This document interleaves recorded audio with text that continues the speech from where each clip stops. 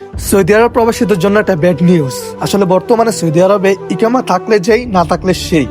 ঘটনাটা হয়েছে কি ভাই, গত 2 দিন আগে আমাদের রুমের একজন বড় ভাই, উনি হচ্ছে কাজে গেছিল। তো ওনার যে ইকামা এবং সবকিছুই কাগজপত্র আছে সৌদি আরবে, তো উনি কাজে গেছে, ফ্রি বিশাল লোক। তো ওনার কোনো খোঁজখবর নাই, দিন যায় রাত হয়ে গেছে, কোনো খোঁজখবর নাই। তো পরে আমরা অনেক চেষ্টা করলাম ওনার সাথে যোগাযোগ করার জন্য, কিন্তু ওনার কোনো নাম্বারে ফোন ধরতেছিল না। পরে আমরা খোঁজখবর নিয়ে জানতে পারলাম কালকে যে ওনাকে পুলিশ ধরছে। তো আমরা তো পুরাই ভাই অবাক হয়ে গেলাম যে ওনার ইকামা আছে এবং কাগজপত্র সব কিছুই আছে, তো ওনাকে পুলিশ ধরবে কেন? পরে 2 দিন পর কালকে রাত 8টা বাজে ওনাকে ওনার কফিল গিয়ে থানা থেকে ছাড়াই আনছে।